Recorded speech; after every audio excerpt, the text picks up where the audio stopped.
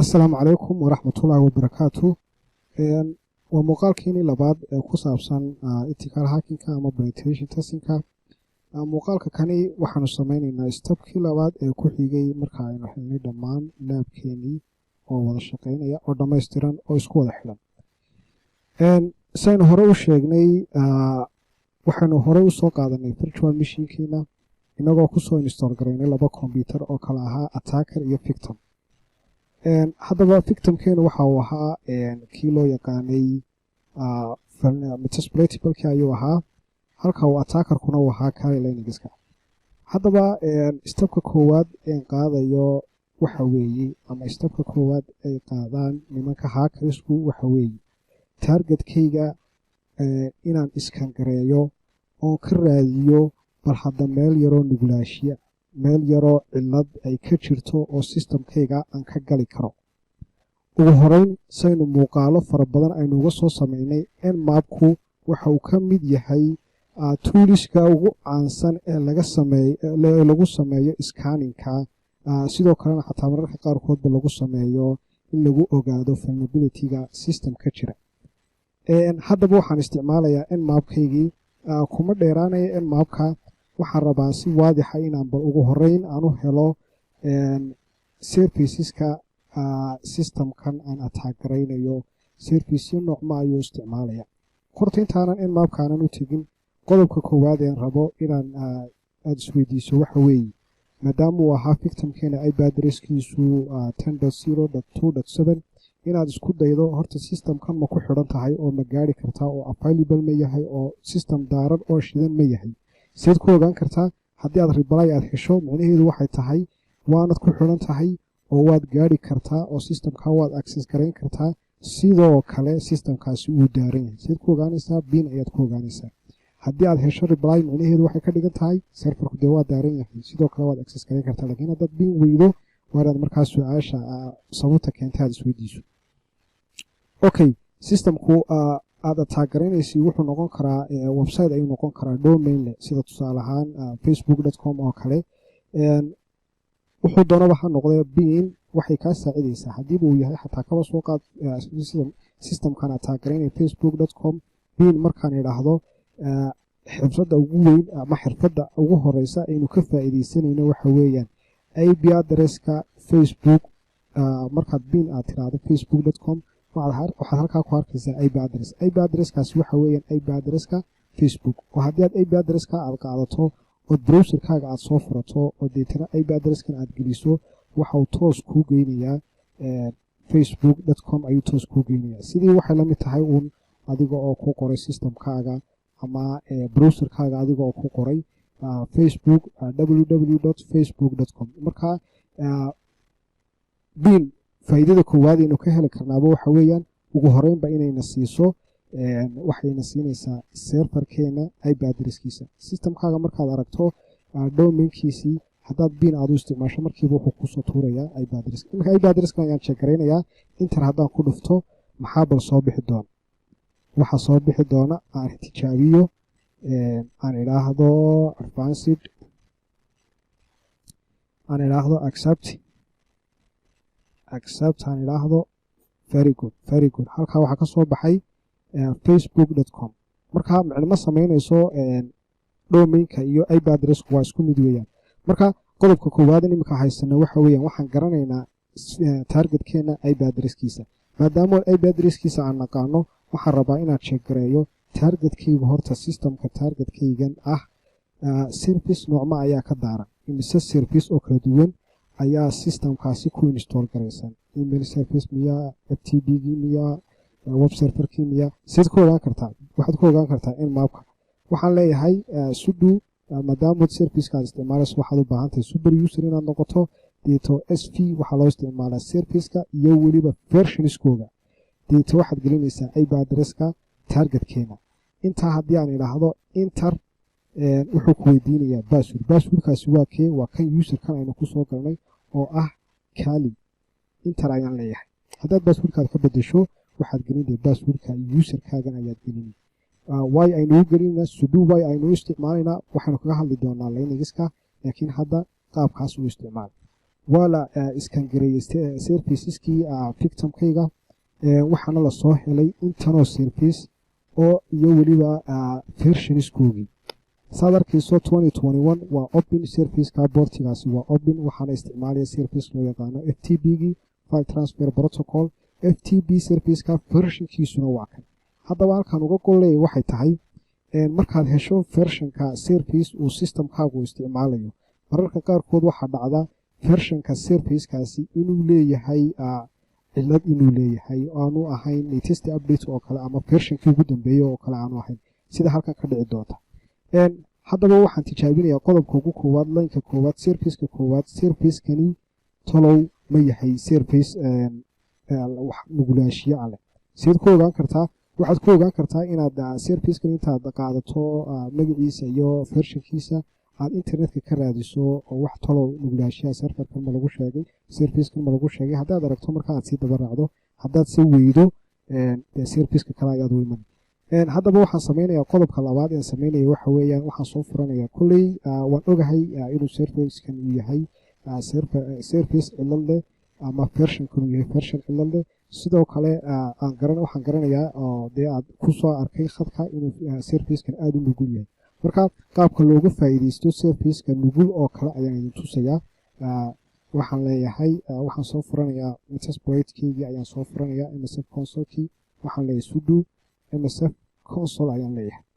sudo MSF console ayaan leeyahay okay si aan idin hubiyo oon idin tuso inaan attack aan sameeyey oo attackaygu uu shaqeeyey waxaan tegayaa victimkayga systemkayga victimka ayaan tegayaa waxaan dhex dhiganayaa faylal aynu ku aqoonsano hadhow toole marka aynu gudihiisa soo dhex galno iminka systemkayga halkeen ku suganahay BWD ayaan leeyahay waxaan ku suganahay home folderka kusii dhex jira ee magaciisa loo yaqaano MSF admin halkaa ayaa waxaan ku dhex samaysanayaa maxaa ku dhex jira folderkaas vulnerable clear folder loo yaqaano ayaa ku dhex jira halkaa ayaa waxaan ku dhex save gareynayaa another folder ayaa ku dhex create gareynayaa magaciisa loo yaqaano maxaan u bixinaa first attack ayaynu u bixinaynaa waa folder weeyaan ls haddaan idhaahdo halkaa waxaad ku arkaysaa first attack folderkan iminkaan sameeyey folderka gudihiisa waxaan sii dhex dhiganayaa touch toolkaasi ma laga helayaa waxaan leeyahay first attack file ayaan dhex dhigayaa tegasa waxaan u bixinayaa tegas1.txt halkeen dhex dhigtay tegaskaasi waxaan dhex dhigtay folderka loo yaqaano first attack haddaba tegaskaa haddii aan soo furo gudihiisa imika waxba kuma dhex jiraan laakiin wax yar baan qoraal yar ayaan kusii dhex gashanayaa qoraalka waxa weeyaan waxaan leeyahay first weerarkii koowaad ayaan ku dhex qorayaa faylkaa tegaskan aan ku dhex sameeyey folderka loo yaqaano first attack waxaan leeyahay weerarkii koowaad ayaan leeyahay waxaan leeyahay halkuu dhex yaala faylku wuxuu dhex yaalaa first attack waxaana ku qoran tegas inter haddaan idhaahdo cat aan soo idhaahdo first attack tegaska kusii dhex jira waxaad halkaa ku arkaysaa waxaa ku qoran weerarkii koowaad hadhow toole inaan systemkeena soo galnay iyo in kale anoo kaaliga isticmaalaya waxaan idin tusi doonaa qoraalkaas haddaba saynu halkan kusoo helnay frameworkan waa framework aynu si gaara uga hadli doono waxa uu leeyahay exploits faraha ka badan ayuu leeyahay oo aad u fara badan oo iyagu waa ilaa wuxuu leeyahay 2190 waxaasoo dhawaad exploits weeyaan services iyo midba waxbu la xidhiidhaa mar baynu si gaara uga hadli doonaa frameworkan laakiin hadda waxaynu ka dhex raadinaynaa servicekan ay koowaad aynu halkan ku haysano talo wax exploida ama wax la xidhiidha oo